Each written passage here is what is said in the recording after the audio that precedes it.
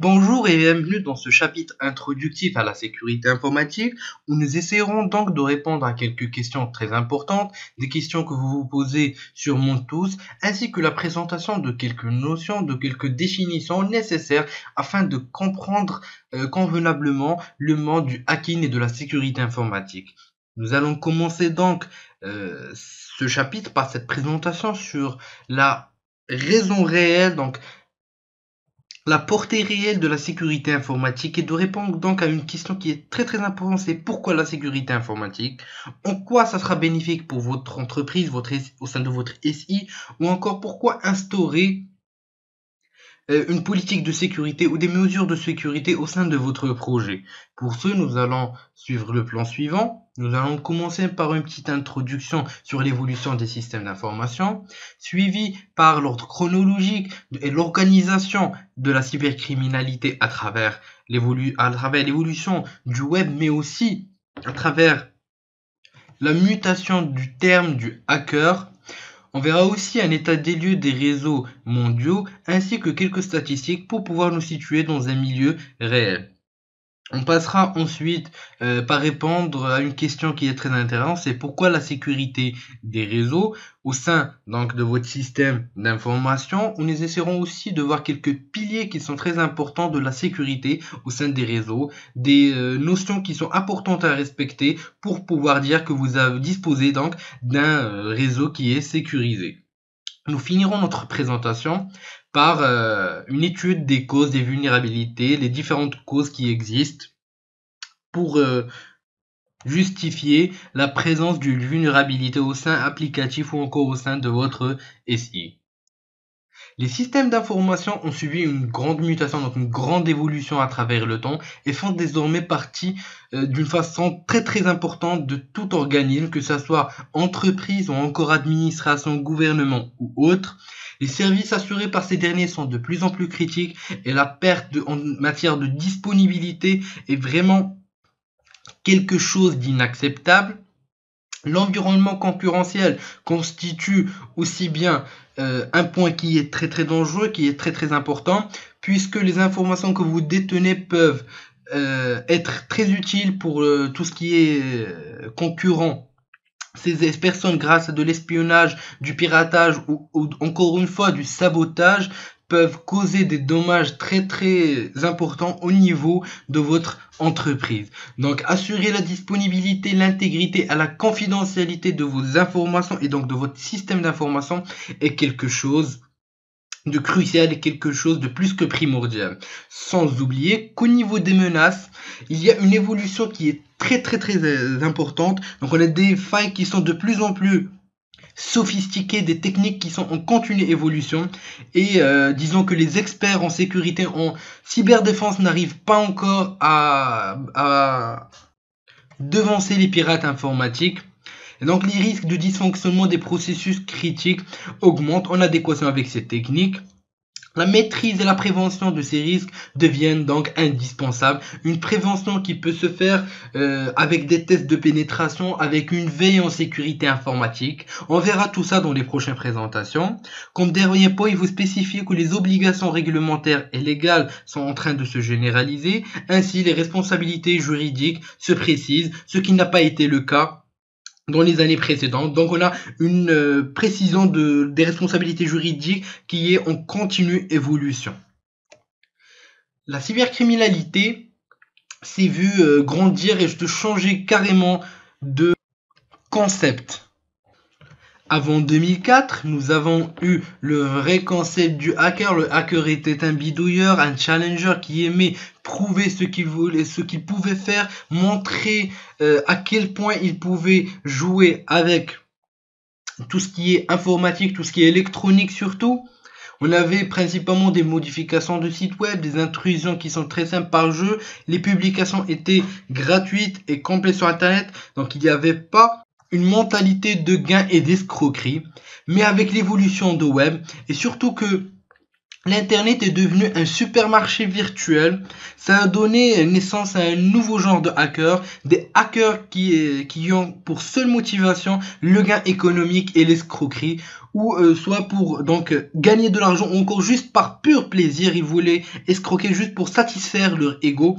On a l'exemple de quelques types d'attaques comme le vol, l'usurpation d'identité, tout ce qui est vol d'identité bancaire, fraude financière, chantage, sabotage et autres. Il faut savoir qu'Internet est devenu accessible à tous. N'importe qui, à n'importe quel moment, peut accéder à ce réseau d'une facilité qui est aberrante. Il faut savoir que plus que jamais les informations sont transférées d'un point à un autre moyennant des réseaux, sachant que Internet est le réseau le plus utilisé pour ces transferts. On a donc plus de 100 000 réseaux qui sont connectés, plus d'1 milliard d'utilisateurs, sachant qu'Internet ne dispose pas encore de loi qui la régit. Donc il n'y a pas une entité qui gère les lois concernant Internet, pas encore du moins. Ainsi, la plupart des protocoles et des applications ont des failles connues par les hackers. Il suffit de faire une petite recherche sur Internet sur n'importe quel protocole et vous verrez la facilité que vous pourrez avoir à trouver des failles, à trouver des articles et autres. Je ne vous laisse pas imaginer de ce qui se passe dans le côté obscur du web, donc le darknet. Sachant donc que certains cas, des réseaux IP privés sont utilisés, tels que des entreprises, des banques surtout, ainsi que de gouvernements. Nous avons aussi eu un aperçu de la gravité si une information pouvait circuler sur Internet, une information secrète avec le cas de Wikileaks qui a publié des informations dévastatrices, surtout pour le gouvernement américain.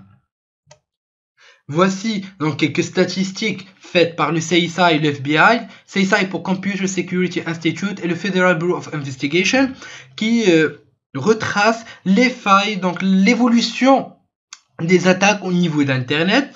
On a une explosion des malwares d'infection côté malware. Ils ont trouvé que c'est dû à la super connexion de tous les utilisateurs car on a eu une explosion après 2008. Donc la date où le web 2.0 a réellement vu le jour, ainsi que quelques types d'attaques qui étaient pas encore exploités à 100% comme le phishing, où on trouve des techniques qui sont de plus en plus complexes. On va le voir dans le chapitre qui concerne les failles XSS, comment ça peut être très facile. On a aussi l'évolution des botnets, donc les ordinateurs zombies, ainsi que les fraudes financières. Donc on remarque une évolution qui est vraiment aberrante, des techniques d'attaque qui sont de plus en plus sophistiquées, sachant que dans les sujets qui ont été étudiés pour ces statistiques, 95% avaient des antivirus.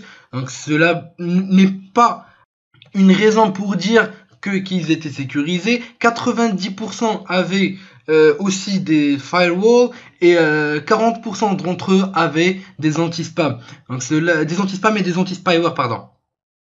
Donc c'est pas avoir un antivirus ne veut pas dire être sécurisé. Il faut toujours être en veille, toujours être devant le hacker, essayer et en moins, puisque on est devant la naissance d'une génération de hackers qui est très puissante, mais aussi une évolution de l'informatique où on a carrément des pays qui ont des organismes de cyberdéfense, par exemple la Chine ou les États-Unis, ou encore les forces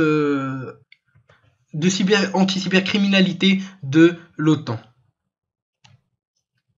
Pourquoi la sécurité des réseaux? Il faut savoir qu'en général, la disponibilité d'un SI dépend étroitement de la disponibilité du réseau. Comme on l'a dit dans les slides précédents, la confidentialité et l'intégrité des données doivent être garanties lors de la transmission au niveau du réseau. Côté entreprise, cela vous servira à optimiser les opérations, à améliorer l'image et la crédibilité de l'entreprise, puisque une entreprise qui se fait pirater à chaque fois, qui n'a pas une certaine sécurité, une certification, généralement on a les ISO 27000, donc le client ne pourra pas faire confiance à cette entreprise. Si elle se fait hacker, elle perd son image, elle perd la confiance que le client a mis en elle. On peut aussi prévenir les pertes de revenus dues à des incidents de sécurité. Comme on l'a dit, les 3 piliers, confidentialité, intégrité ou encore disponibilité. Une fois que un de ces piliers est perdu, vous perdez automatiquement de l'argent. Pour protéger aussi contre les poursuites judiciaires, mais aussi pour la protection des propriétés intellectuelles. Pour les gouvernements, c'est surtout pour protéger les secrets nationaux. Comme on l'a dit pour Wikileaks, il suffit de lire quelques articles et vous pourrez voir comment une information qui est secrète peut causer un tort incroyable, une crise diplomatique entre les pays. Il existe plusieurs types de menaces. Et n'importe quelle menace appartient à un de ces types, tels que l'interruption, l'interception, la modification et enfin l'insertion. Plus précisément, une donnée peut être sujette à une interruption, une interception, une modification ou encore une insertion. Le matériel peut être sujet à une interruption, une modification et enfin le logiciel peut être sujet à une modification, une interception ou encore une interruption. On traitera dans notre formation le volet logiciel mais aussi le volet données.